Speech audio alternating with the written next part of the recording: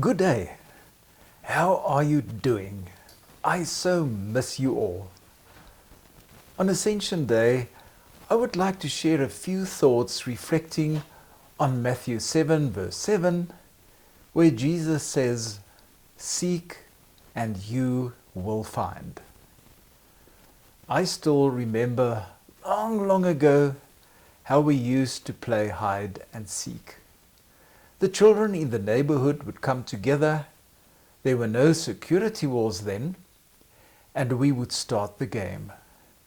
We got very good at camouflaging ourselves or discovering secret spots to hide, be it behind shrubs, motor cars, in trees, or even a chicken coop. Sometimes we were many, sometimes only one or two. Now imagine you were playing hide and seek one day with a friend. You are the seeker and your friend hides away. Sorry, why haven't I seen him or even heard him moving? What started as excitement slowly turns into disappointment and boredom. It had happened before. Those who hide just sneak away home. So you decide, my friend went home. He does not want to play any longer. And you forget about the whole episode and found new ways of keeping yourself occupied, listening to a favorite radio program or riding on your bicycle.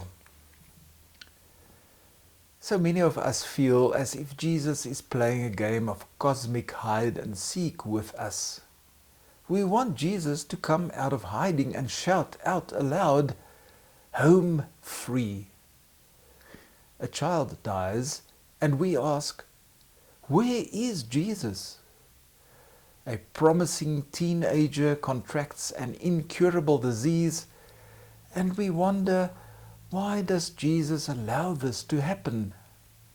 Thousands and thousands of good and upright people all over the world get infected with the COVID-19 virus. Some die, some recover with permanent lung damage, shortness of breath, and lingering coughs.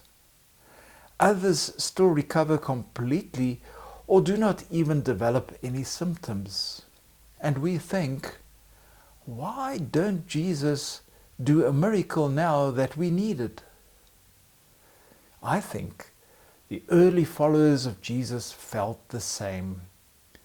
They expected Jesus to come back after he went away. Of the four Gospels, only Luke describes his departure in spectacular terms as an ascension. In the oldest writing of the New Testament, Paul's first letter to the Thessalonians, chapter 4, verse 15, it is very clear that Paul and his readers expected to find Jesus amongst them within their own lifetime. They searched and they searched, but they never found Jesus. They married and had children, and eventually they died.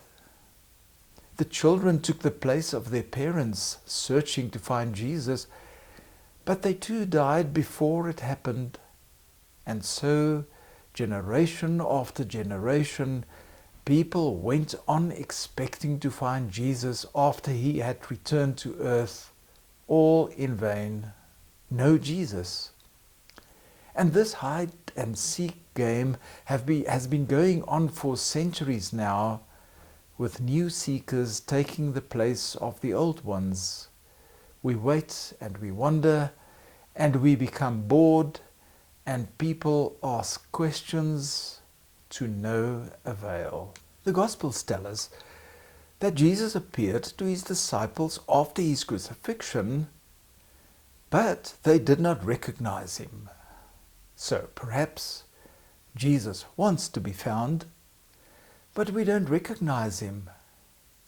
In Matthew 25, Jesus says that when we feed the hungry, give the thirsty something to drink, have mercy on the homeless, visit the ill, clothe the poor, we are actually doing this to him. In the stories of the appearances of Jesus after his crucifixion, some only recognized him in the breaking of the bread. So we find Jesus in the Eucharist, a meal of memories when we meditate and think back on his words and deeds. We won't find if we don't seek. In Samuel Beckett's play, Waiting for Godot, there are two characters waiting symbolically, I think, for God. They quarrel, they make up, they play games, contemplate suicide, try to sleep, eat a carrot, and gnaw on some chicken bones while waiting for M. Godot. But Godot never comes.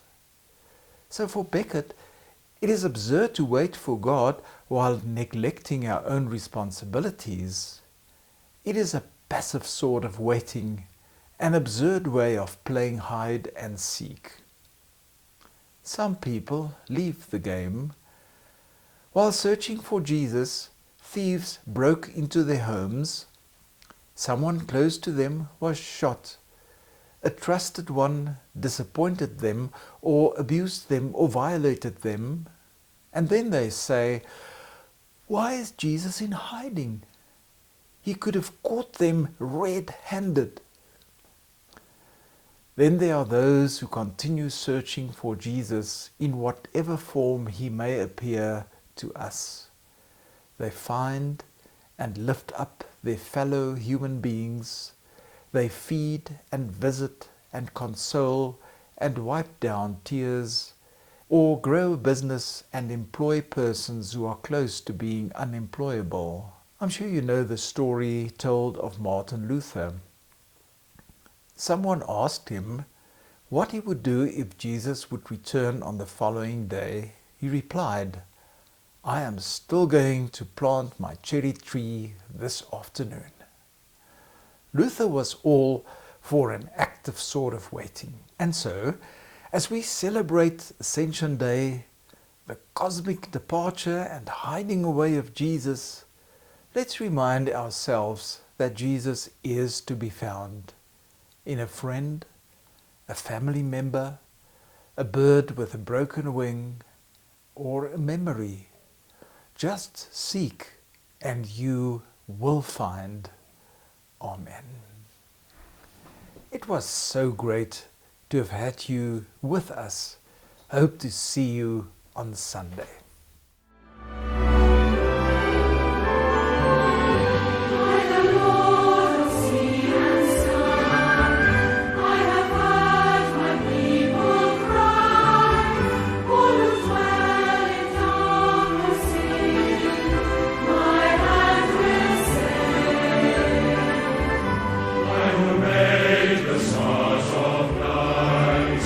I will make